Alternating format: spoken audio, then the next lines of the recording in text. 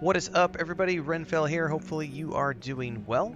It is time for my initial review of Fallout 76. Since I kicked off the complete playthrough series, we have now crossed the 20-hour mark, and we are well on our way to working our way through all of the base content of the game and the DLCs. I'm going to be working on this throughout the months of November, December, and January, as I mentioned in the original announcement video. We'll also be reviewing the second season of the show, episode by episode, here on the channel, so hopefully you will stay tuned for that as well. Today actually marks the 10th anniversary of Fallout 4. The anniversary edition for Fallout 4 just came out today as well. So there's lots of Fallout love going around right now. But I just did a Fallout 4 playthrough last year, so right now... Ooh, somebody's got a flashlight around me. Oh, that's another player hanging out near me. Let's talk Fallout 76. So I am playing this game as a single player, as a solo player. Is he shooting something? Okay, as long as I'm not...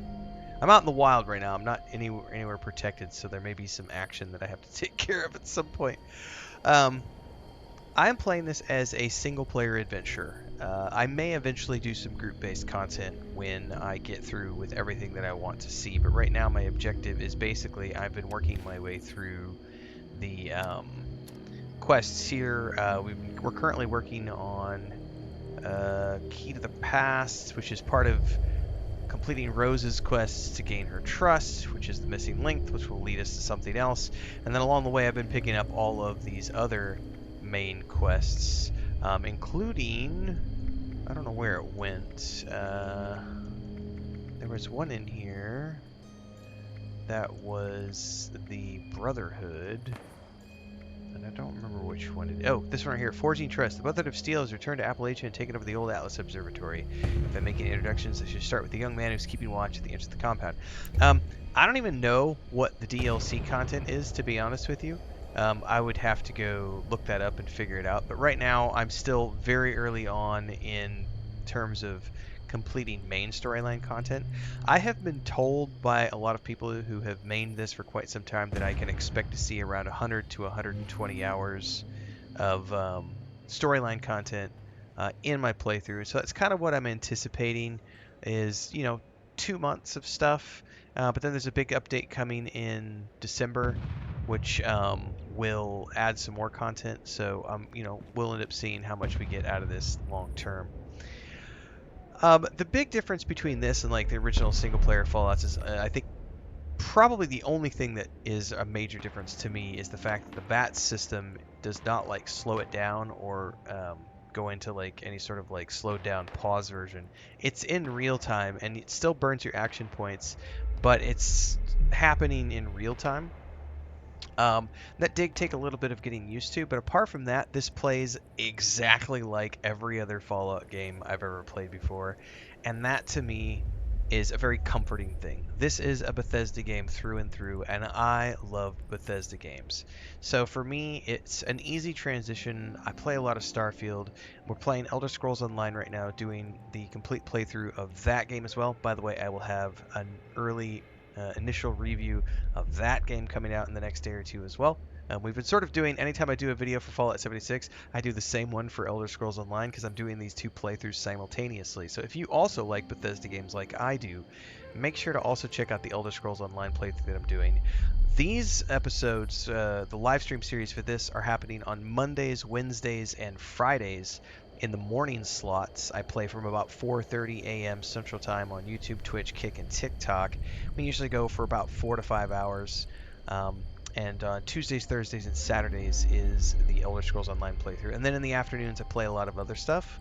Usually the games where I'm being sponsored or we've got keys from companies. Like right now we're doing Anno 117 Pax Romana with a key from Ubisoft. We're doing Voyages of Nera on a key from Treehouse. So fun stuff in the afternoons as well. So if you are familiar with Bethesda games and you like them, this is going to feel very familiar. And if you're coming straight over from like Fallout 4, this is going to feel very familiar as well if you are a new player coming into this.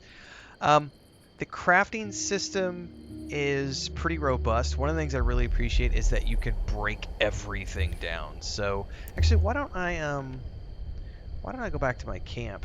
I have a rudimentary camp set up. Nothing fancy.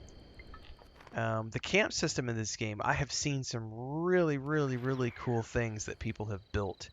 It is an extremely robust building system, and it starts off with essentially just this right here. I've got some basic things set up. I've got a machine gun turret to keep me protected. I've got a weapons workbench, my stash box. I've got my tinker's workbench. I've got my armor workbench. I've got my cooking station, and over here I've got my chem station. But like, you can go in here and build like so many cool things in terms of just defense options and the power things you can build and the different types of lights, furniture of all different types, structures of different types, and of course you can build everything from scratch on the as well. There's apparently like things like dwellers and allies. There's just all sorts of stuff, and also the crafting system. You know, going through and be able to come to a crafting station like this and immediately scrap junk, but then come through here and take like all of these weapons that I'm finding along the way and say I want to break them down, but then maybe I want to mod them so that you can go in here and mod everything out as much as you want to. Quick commercial break, everyone, to celebrate and give thanks to all of these amazing people who keep me on the air full time. Really appreciate the support. All you got to do is join as a member. You get access to private videos. You can also do super thanks on any upload or super chats and stickers on any live stream or premiere you see. And beyond that, don't forget we're multi-streaming over on Twitch now, so you can support over there as well. Thanks so much to everybody. Let's get back to the video at hand. Granted, you have to first find the recipes for things, but like, um, I've got all these different mods that I can install on my sniper rifle, Swift magazine, Sting, like just there's all sorts of stuff you can do to mod things here. Oh, I definitely want. I would love to have a silencer, but I haven't found one yet. So, we'll have to see. You can put a bayonet on the end of it. So yeah, it's been genuinely. I've been pleasantly surprised. It doesn't really feel like an MMO to me, even though I realize it is an MMO and it does have that online component. And the reason I say that is because since you can play it solo, like I do, really the only time you see players is like earlier I saw a player, but there's only ever 24 people on these maps at most. So it's honestly been pretty rare for me to come across people, and most of the people I've come across are either off on their own quest, or it's somebody who's been like, hey, follow me, and they take me to their base, and then they give me a whole bunch of stuff like plans and weapons and like this outfit I found on the ground that I'm wearing outside of. Somebody just dropped it on. Hang on, I gotta exit out of this. I clicked the wrong button here. This outfit I found was somebody had just left it on the ground outside of the Wayward, but then just I've got like 5 other outfits that I've been given, and I've got a bunch of like legendary weapons that I've been given. So you know, the online component has been pretty cool, and it's nice to know that it's there if I ever decide that I'm going to go dive into the the MMO side of things with the events and everything else. But yeah, it's genuinely been a really fun time. The current quest lines I've been working my way through have been involved. The voice acting is phenomenal, but Bethesda is well known for having a just massive harem of talented voice actors. So it's, sort of par for the course for them. And as a general rule, like I said, I'm having a great time. Fallout 76, as it exists in 2025, for a new player, this is a phenomenal game. And for those of you who are interested in this right now because of the show, or maybe because of the 10th anniversary of Fallout 4 happening, there's never been a better time to be a Fallout fan in my mind. But that's just one man's take. Love to hear yours. Drop those thoughts and comments. Thoughts and comments down below in the comments section. Like, subscribe, hit the bell icon on your way out, and I'll see everybody in the next one.